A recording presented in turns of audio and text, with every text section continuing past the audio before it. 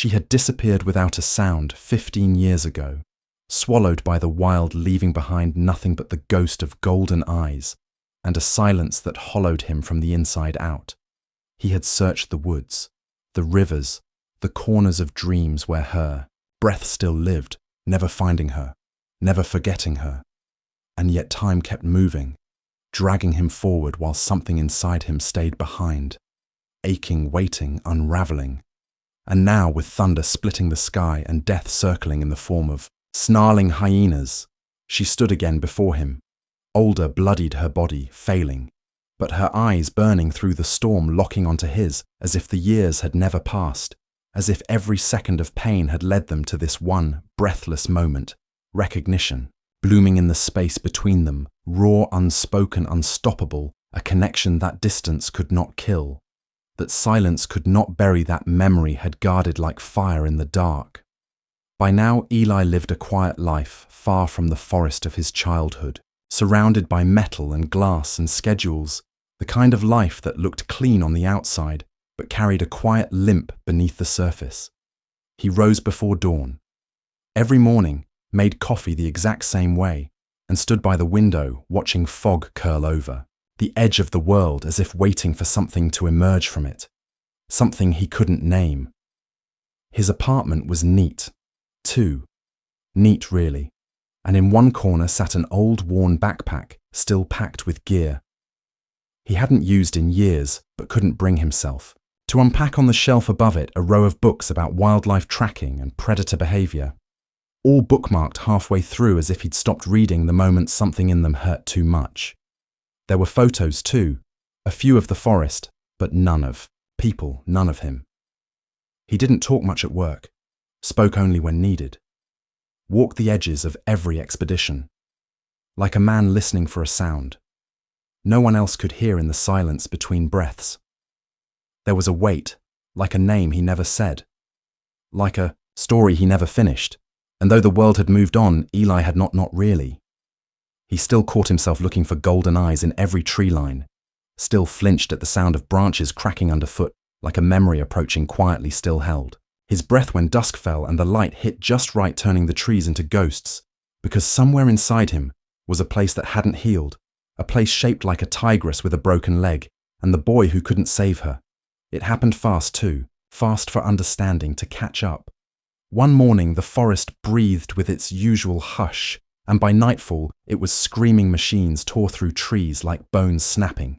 Smoke rose in thick black ropes, turning the sky blind, and Eli ran with the kind of panic that doesn't know language, only instinct, only find her. But the place where she had been was empty. The clearing where her cubs had curled was trampled flat and still warm, and there was no blood, no struggle, just gone, as if the forest had swallowed her whole and left him with only air. His voice broke, calling her name, but the trees offered nothing back, not even an echo. He searched for days, feet cut hands, raw heart unraveling with every step. But the ground held no memory of her, no trail, not even a whisper. And when the first storm came, he stood in it and let it drown his body, because it couldn't drown the scream inside him. Everyone said it had never happened, that tigers didn't act like that no child could survive what he claimed. He did. And over time, even Eli stopped answering when people asked why he always looked like he was listening for something just beyond the edge of sound. He stopped telling the story, even to himself, folded it up and buried it somewhere inside where no one could touch it, but it touched him every day in ways no one saw, the way he avoided mirrors, the way he never laughed with both sides of his mouth, the way he paused sometimes for no reason at all, as if sensing a presence that never came. The silence stretched on. Not in moments, but in years. And still he felt it. The absence like a second heartbeat. Quieter but constant. He changed not loudly. Not suddenly, but like stone worn down by water. He became still deliberate. Never reckless. Never soft. Because softness had once reached out its hand and been left with nothing but air.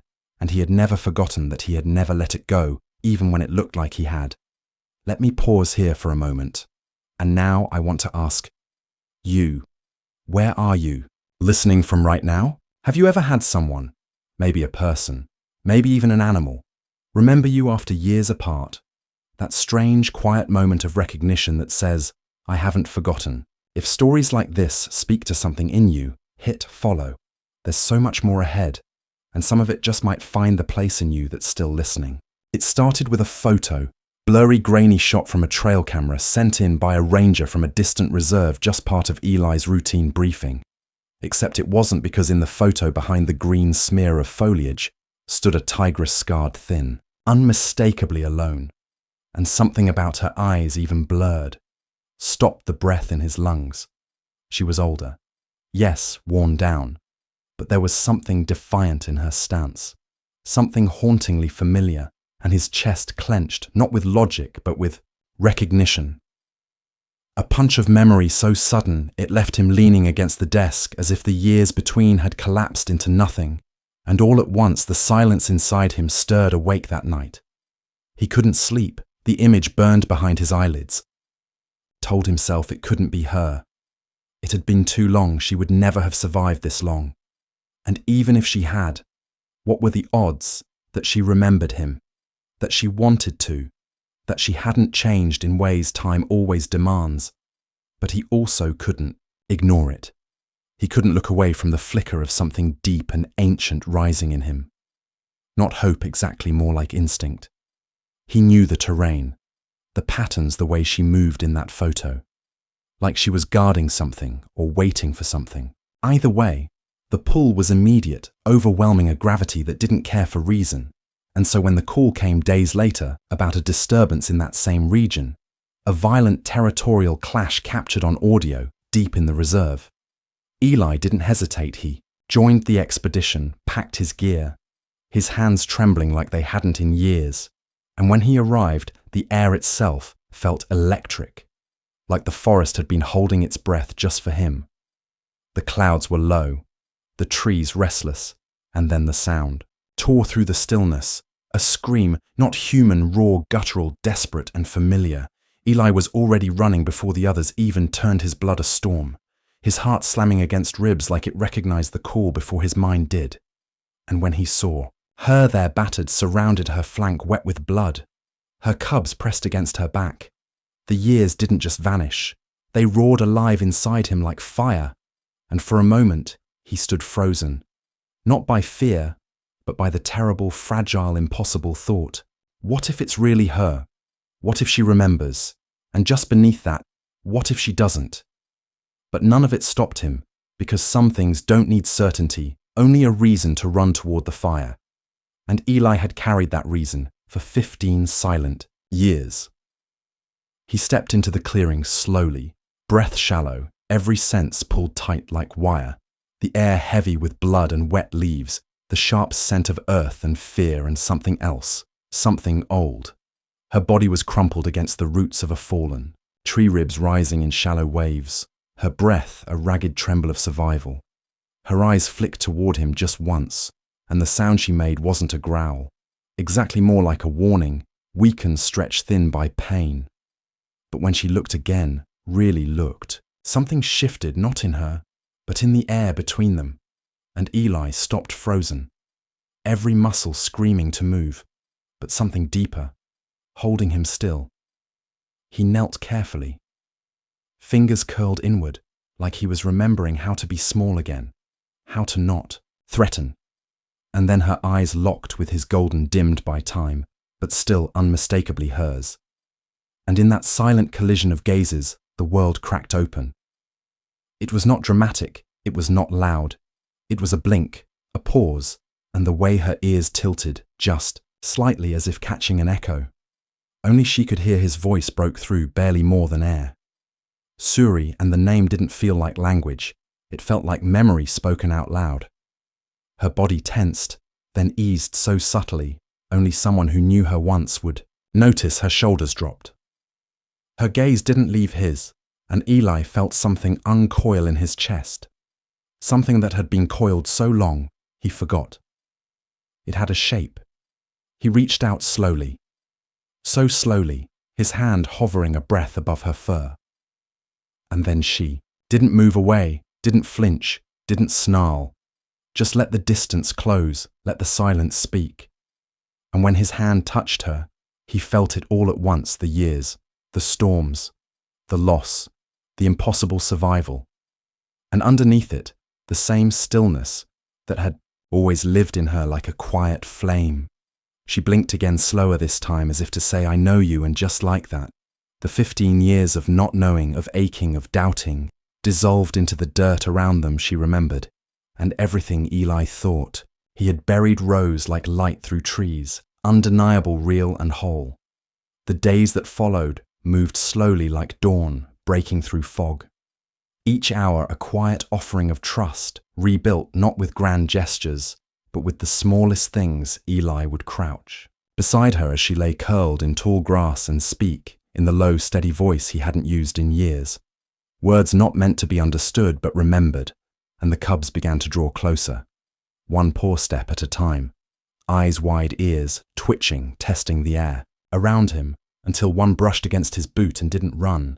When he reached out, Suri watched all of it, silent, unmoving, but not indifferent. And one morning as he cleaned the bandage on her shoulder, she leaned into his hand. Not hard, not long, just enough to feel and be felt. And something in Eli cracked wide open with it. At night when the others slept, he would sit just a little apart from her and toss small stones gently toward the cubs, watching them chase, tumble, hide, pounce. And sometimes he would catch himself smiling, without thinking, not forced, not polite, just real. Suri would blink slowly, that same familiar rhythm they once shared, like a breath passed between them without sound. And in that stillness, Eli didn't feel lost anymore. He didn't need answers or words or even forgiveness. What they had found again wasn't about the past or the pain or the time taken from them. It was about this moment, this fragile living proof that memory had roots, and even after fire and silence and separation, those roots still held, still reached, still remembered, and in the soft rustle of leaves around them, in the light that moved gently over her scarred fur, in the way her cubs curled beside him, as if they had always belonged. Eli understood not.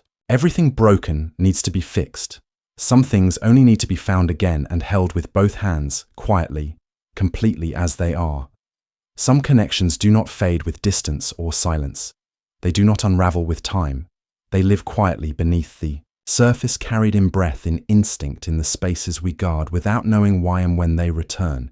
It is not with noise, but with stillness, with a look, a touch, the way a name settles back into the heart like it never left.